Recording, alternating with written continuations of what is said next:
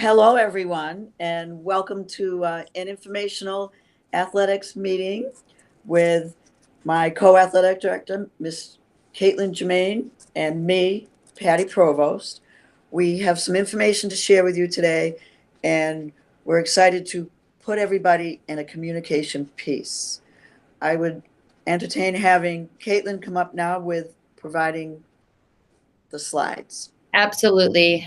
Thank you, Ms. Provost. As she said, again, we're hoping that this will be an informative presentation for you, but please understand that we are in a very fluid situation where we're getting news daily. So we're hopeful to present as much as we can as we know now, but this could change really at any point. So at this time, I will pull up our presentation. That will hopefully present you with some useful information.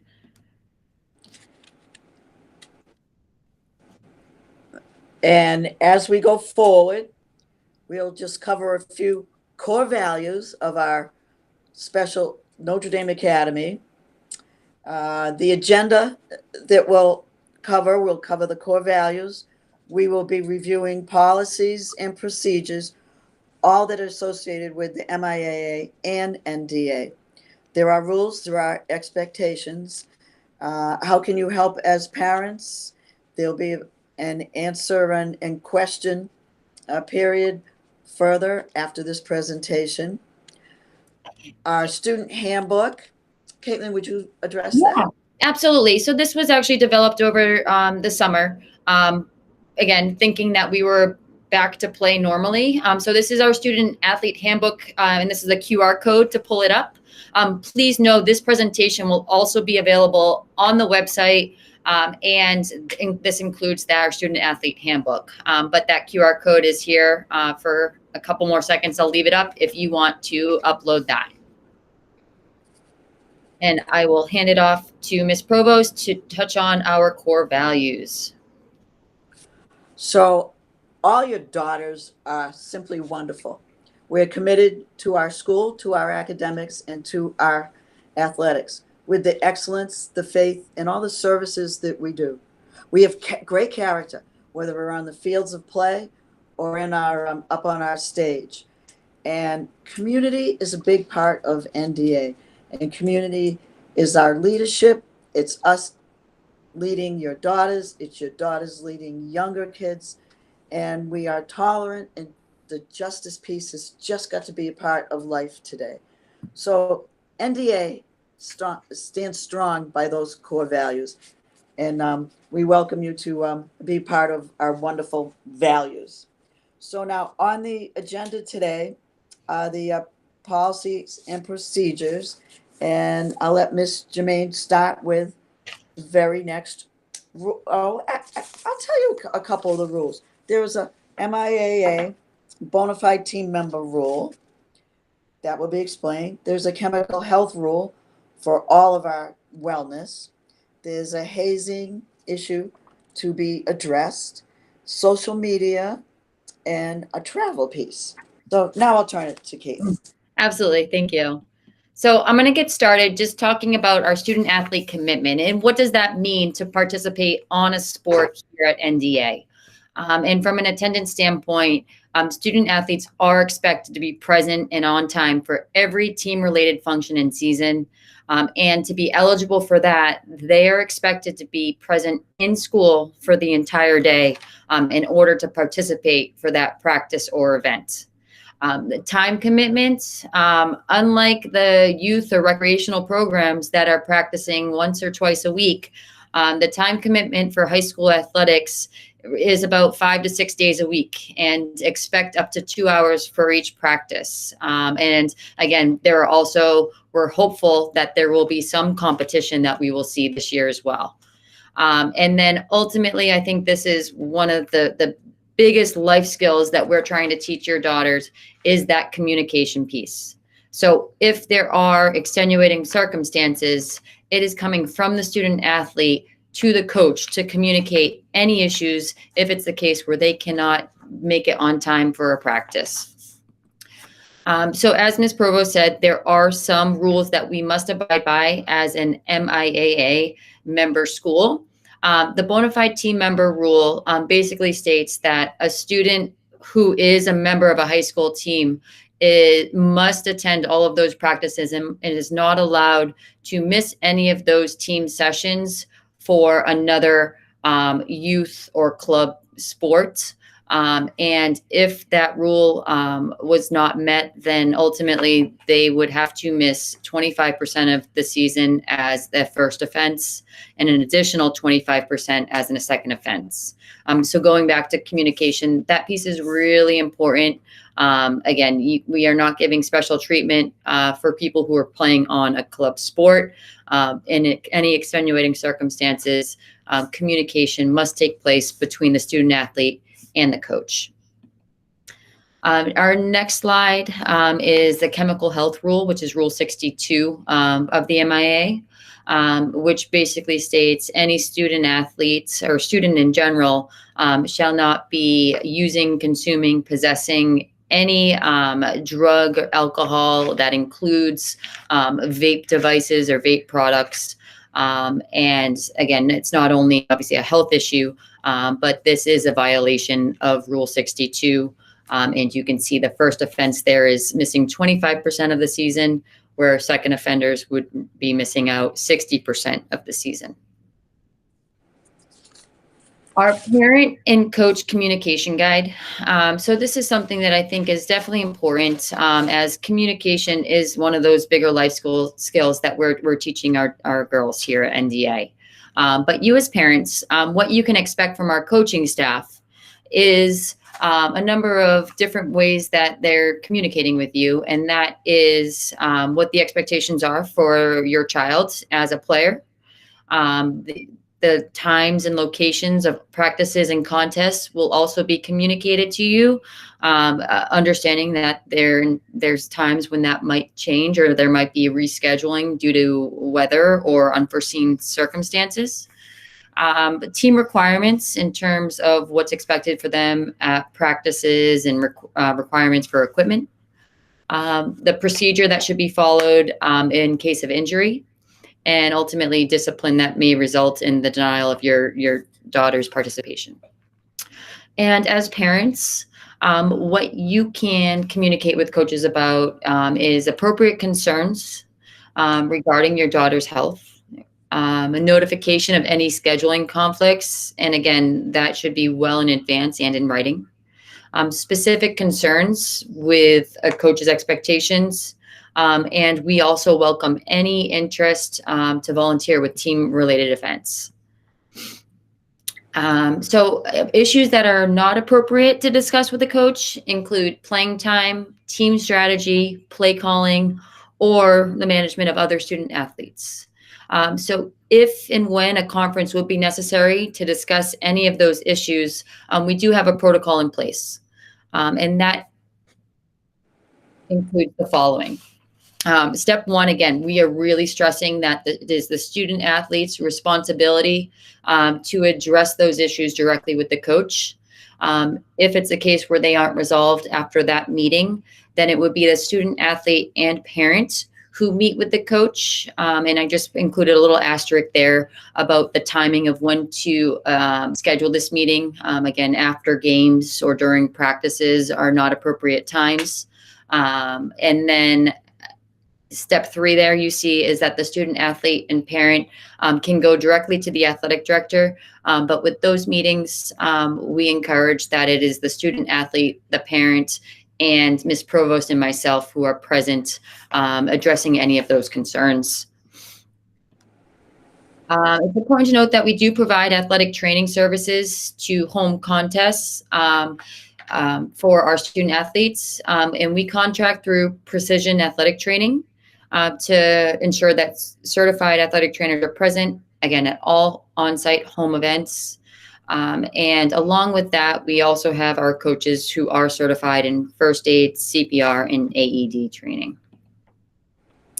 Here, you have the contact information for our fall coaches. Again, if you were present for that September 3rd Q&A, we addressed that our volleyball team, which typically competes in the fall season, has been pushed to the fall 2 season which will be competing starting February 22nd.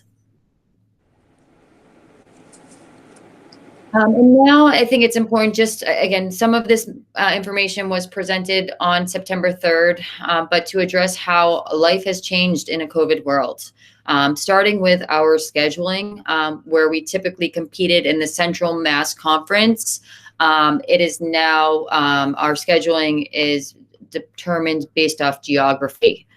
So in our geographic pod, that includes our inter-high schools, so Worcester Tech in North, South, Doherty, Burncoat, as well as St. Paul's. Also, Caitlin, if I Yeah. could just add, those schools that are in our Worcester pod have traditionally been a part of our bigger schedule in numerous years before. So we're in the same pod. We're going forward with life, with everything we can to get our sports on the fields of play. And we just will hope soon in the future, someday, we'll get back to playing the Shrewsbury's and Nipmucks and the Wachusett's and the rest, the others that have normally been on our schedule. So thank you, Caitlin. Yeah, no, absolutely. And again, I think it's important just to emphasize the fact that we are not living in normal times. And end of the day, our goal is to provide opportunities for participation. And if it's a case where we can get competition in, that would be a bonus. And this is the way that we're operating under MIA guidance and ultimately prioritizing your daughter's safety. So kind of moving on with our pod and our scheduling, if it is the case where we're having competition in Worcester, we are still going to wait to determine those team placements in the teams to determine our transportation needs. Again, families would be welcome to transport their own student athletes, but we are considering whether there is the need to provide bus transportation. So please stay tuned once teams are established for that. Safety precautions.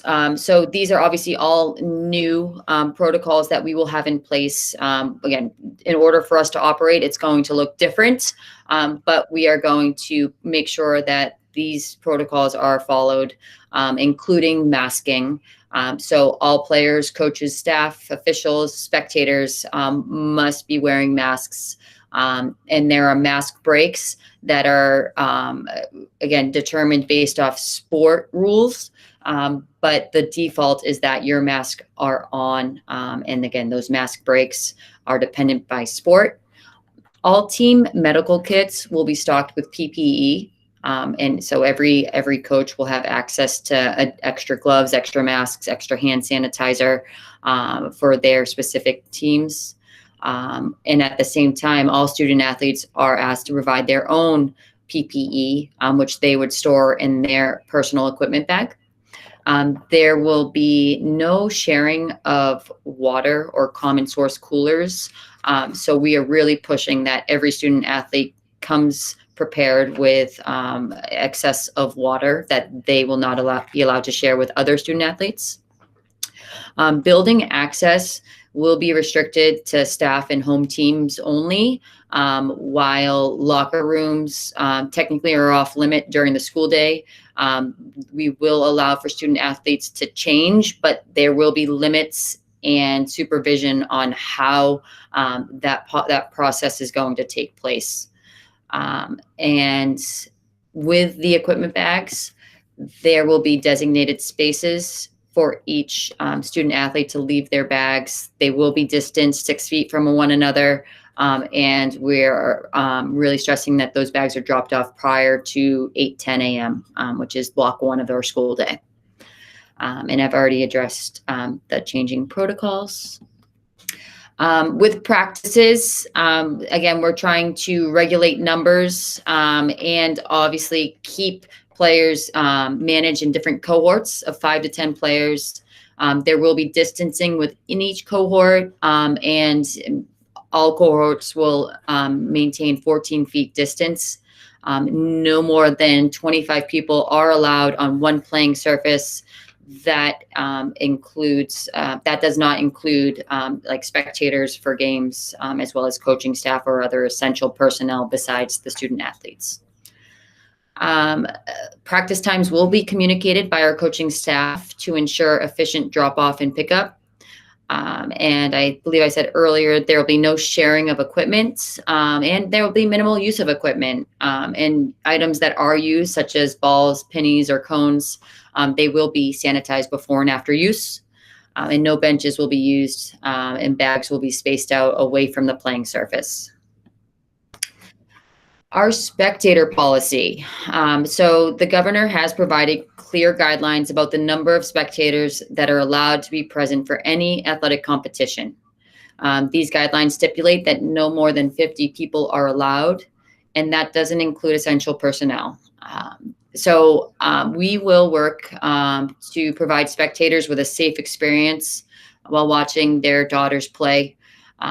But we are going to be following the guidelines. And again, each athlete will be given one pass for admission to games. Passes will be mandatory and visible upon entry and on the sidelines. And spectators must be masked in order to gain entrance to a sporting event. If it were the case where the governor and EEA increased the number of spectators from 50, at that point, we would issue a second pass to student athletes so that they could have 2 spectators per game. But this is a strict guideline that it's not only NDAs following, but all of the member schools of our geographic pod will have the same expectations.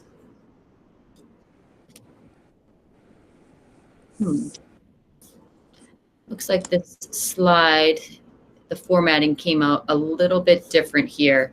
But with athletics communication, again, this will be linked at the end. But basically, if it were the case where you needed to reach out to us, there are a number of ways. Obviously, email athletics@nda-worc.org is the best way to get in touch with the athletic department. But for finding updates, the NDA school website provides, again, up-to-date information, including our game schedule, if and when we're able to compete. And I really also encourage the use of the MIA app, where games will be visible. And I'll actually, on the next slide here, you can just see on the MIA website, you can actually access our school's information, including each sport that is going to be competing. You can get up-to-date notifications if there was going to be a schedule change, or if you just wanted to see the schedule in general.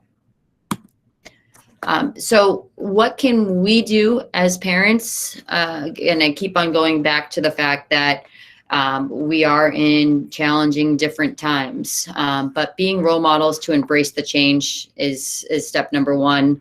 Understanding that we are all working and doing our best to make sure we're providing opportunities and safe opportunities for your daughters. So being patient and supportive in those endeavors. You can be ambassadors for our community.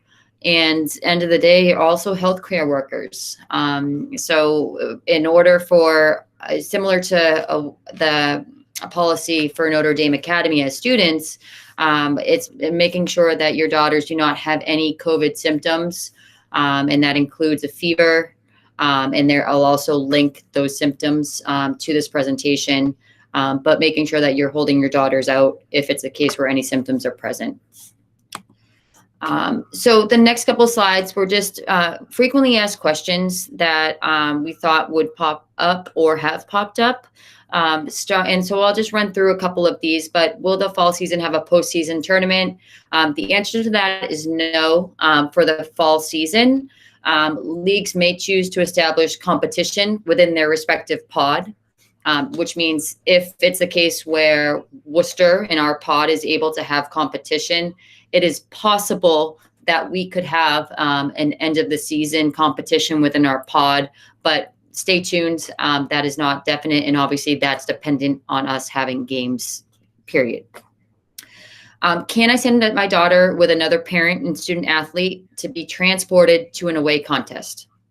Well, similar to our school policy, it's expected that all safety protocols with masking and distancing are being followed. So we are kind of leaving that up in like you assuming the responsibility and liability if that were to take place. Um, how will student eligibility on a daily basis be determined in accordance with remote learning? Well, teachers will be keeping attendance in their remote courses, and students must be present in all courses for the day in order to participate in athletics. If a student is symptomatic, they obviously are staying home. But if they are a remote learner without any symptoms, they are still expected to be attending their classes through Google Meets in order to be eligible to participate in practice that day. What if a player or coach tests positive for COVID?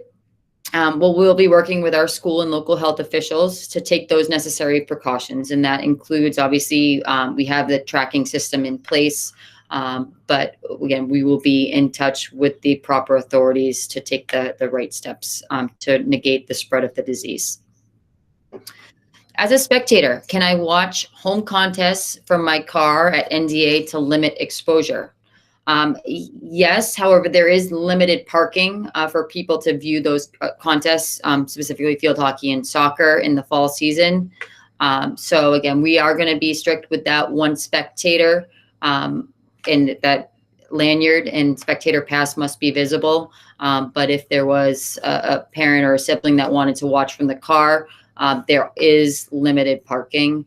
End of the day, as much as we love to have people supporting our student athletes, it's the student athletes that we are prioritizing. So again, this in the safety in that regard. So we are going to be strict with that one spectator per game attendance. Other questions, can a 7th and 8th grader compete on a varsity team? Technically, yeah, because NDA reports to one principal. All student athletes are eligible to compete at the varsity level.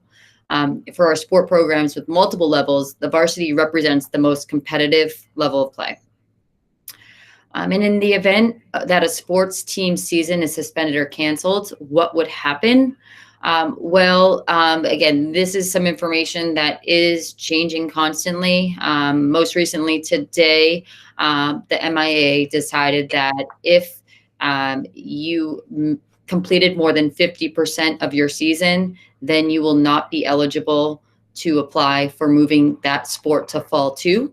But that being said, we would have some flexibility if we didn't reach that 50% mark.